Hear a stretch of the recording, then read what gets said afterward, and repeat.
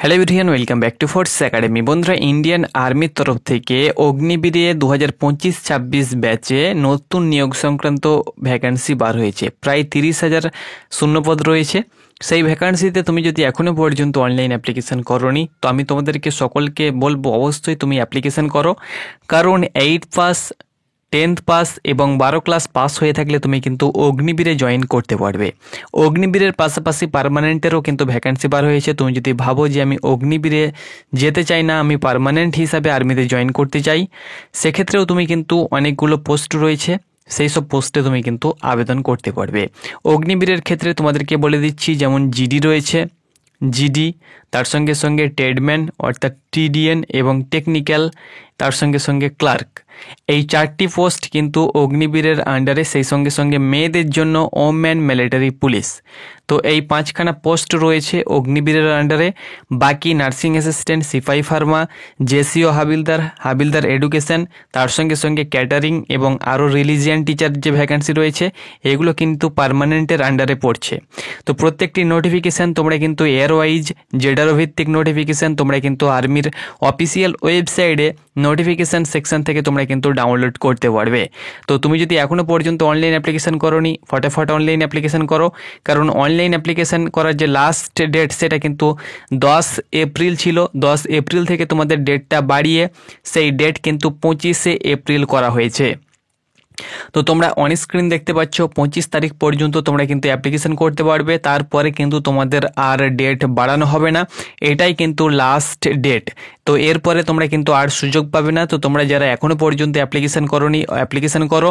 এই ভিডিওর মাধ্যমে তোমাদেরকে হেডলাইন্স আপডেট দেব, কারণ এর পূর্বে আমরা আপডেট অলরেডি দিয়েছি। তবুও তোমাদের সুবিধার্থে আরও একবার ভিডিওর মাধ্যমে তোমাদেরকে হেডলাইন্স আপডেট দিয়ে দিচ্ছি। যেহেতু সময় খুব সংকীর্ণ, আজকে তোমাদের 21 তারিখ, আর হাতে কিন্তু তোমাদের 4 দিন সময় রয়েছে। তো এই 4 দিনের মধ্যে কিন্তু তোমাদেরকে অ্যাপ্লিকেশন করতে হবে। ভিডিওটা শেষ পর্যন্ত দেখলে সম্পূর্ণ তথ্য তুমি কিন্তু জানতে পারবে। তো চলো বন্ধুরা, নোটিফিকেশনের পাতায় যাওয়া যাক এবং সেখান থেকে তোমাদেরকে সম্পূর্ণ তথ্য শেয়ার করা যাক। বন্ধুরা, তোমরা অন স্ক্রিন দেখতে পাচ্ছ, এটি হলো অফিসিয়াল ফুল নোটিফিকেশন। দেখো, এরকম করে কিন্তু প্রত্যেকটি আর্মি রিক্রুটমেন্ট অফিসের আলাদা আলাদা নোটিফিকেশান রয়েছে। তবে নোটিফিকেশানে যে ডিটেলস দেওয়া হয়েছে প্রত্যেকটি আর্মি রিক্রুটমেন্ট অফিসের কিন্তু সেম নোটিফিকেশান রয়েছে। ওকে, তো একটা নোটিফিকেশান থেকে তোমাদেরকে আপডেটটা আমি দিয়ে দিচ্ছি। তো এখানে দেখতে পাচ্ছ recruitment notification, Indian army recruiting office, Berhampore, West Bengal. এটা কিন্তু বহরমপুর আর্মি রিক্রুটমেন্ট অফিসের notification. Invites online application from unmarried male candidate for selection test for Agniveer intake for recruiting year 2025-2026 under Agnipath scheme. অর্থাৎ অগ্নিপথ স্কিমের মাধ্যমে তোমাদের এটা নিয়োগ হবে 2025-26 ব্যাচে। এবং এই ভ্যাকান্সিতে শুধুমাত্র মেল প্রার্থীরাই আবেদন করতে পারবে।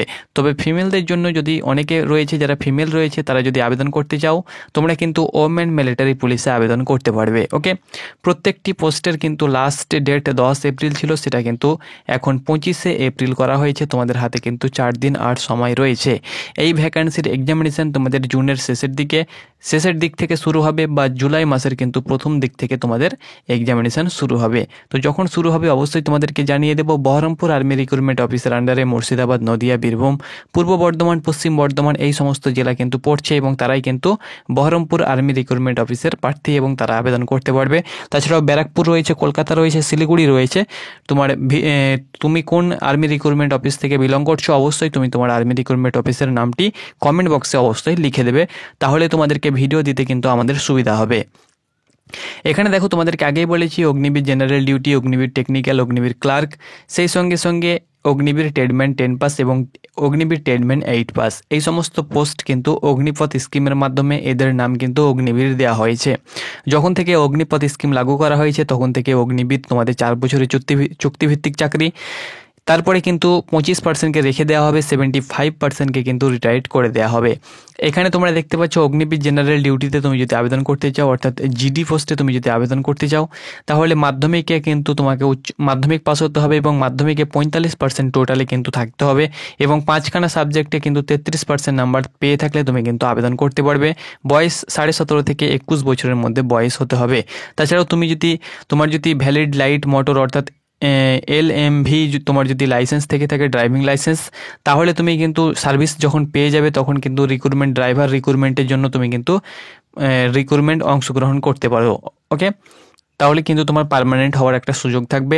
ড্রাইভিং পোস্টে তুমি কিন্তু আবারও জব পাওয়ার পরে কিন্তু রিক্রুটমেন্ট দিতে পারো। এডুকেশন কোয়ালিফিকেশান সিম্পল 10 পাস, শুধুমাত্র গোর্খা প্রার্থীদের জন্য। ওকে, অগ্নিবীর টেকনিক্যালে তুমি যদি আবেদন করতে চাও এক্ষেত্রে কিন্তু তোমাকে উচ্চ মাধ্যমিক পাস হতে হবে। উচ্চ মাধ্যমিকে ফিজিক্স, কেমিস্ট্রি এবং ম্যাথ অবশ্যই থাকতে হবে সেক্ষেত্রে, এবং তার সঙ্গে সঙ্গে ইংলিশ থাকতে হবে, এবং টোটালে কিন্তু মিনিমাম 50% নাম্বার কিন্তু টোটালে থাকতে হবে, এবং প্রত্যেকটি সাবজেক্টে 40% নাম্বার পেয়ে থাকলে আবেদন করতে পারবে। বয়স 17.5 থেকে 21 বছর বয়স হতে হবে। তাছাড়াও তুমি যদি উচ্চ মাধ্যমিক পাস হয়ে থাকো ফিজিক্স, কেমিস্ট্রি, ম্যাথ এবং ইংলিশ নিয়ে, এবং সেটা যদি এনওএস বোর্ড হয়ে থাকে তবুও তুমি কিন্তু আবেদন করতে পারবে, বা NSQL লেভেল 4-এর সার্টিফিকেট তোমার যদি থেকে থাকে তবুও কিন্তু ITI কোর্স বা মিনিমাম 1 ইয়ার NSQF লেভেলের সার্টিফিকেট থেকে থাকে তবুও তুমি কিন্তু আবেদন করতে পারবে। ওকে, সেক্ষেত্রে কোনো প্রকার তোমাদের পার্সেন্টেজ কিন্তু লাগছে না, অর্থাৎ ফিজিক্স, কেমিস্ট্রি, ম্যাথ থেকে থাকলেই কিন্তু হবে, পার্সেন্টেজ না থাকলেও কিন্তু তোমাদের হবে।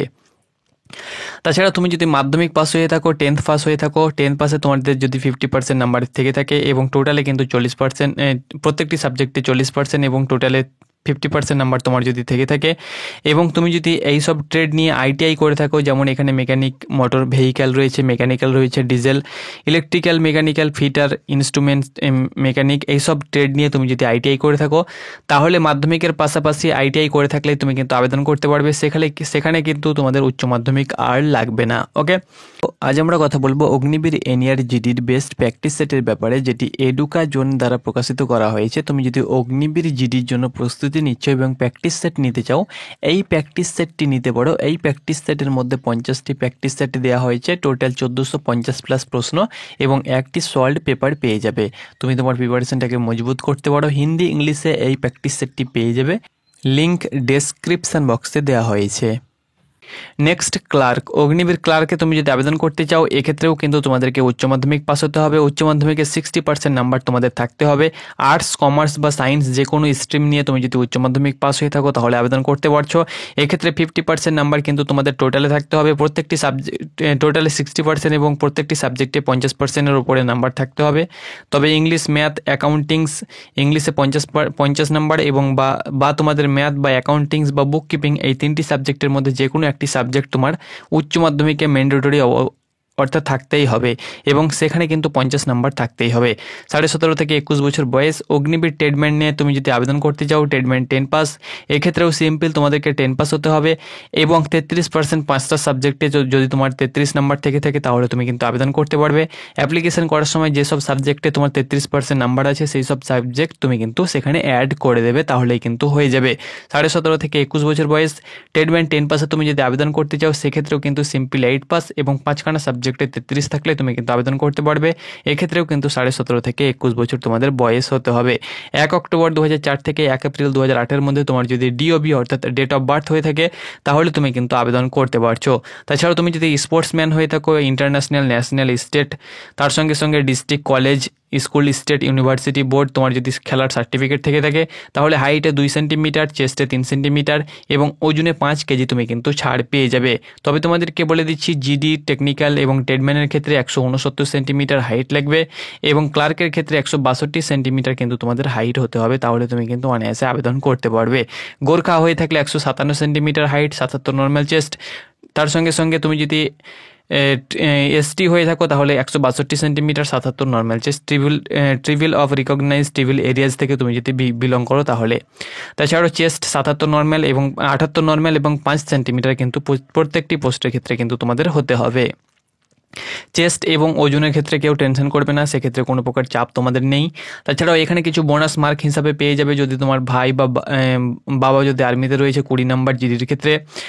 তার সঙ্গে সঙ্গে ক্লার্কের ক্ষেত্রে 20 নাম্বার, টেকনিক্যালের ক্ষেত্রে 20 নাম্বার এবং ট্রেডম্যানের ক্ষেত্রেও কিন্তু 20 নাম্বার করে কিন্তু নাম্বার পাবে।